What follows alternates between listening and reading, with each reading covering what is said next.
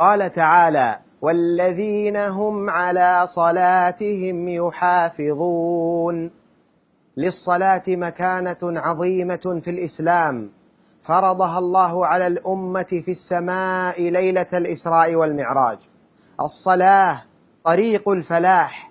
قال تعالى: قد أفلح المؤمنون، وذكر من صفاتهم: والذين هم على صلواتهم يحافظون، وهي أول ما يحاسب عنه العبد.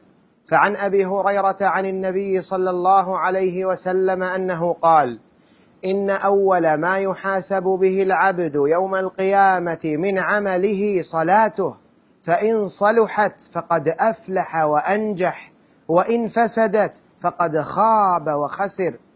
ومن عظيم مكانة الصلاة أنها آخر ما أوصى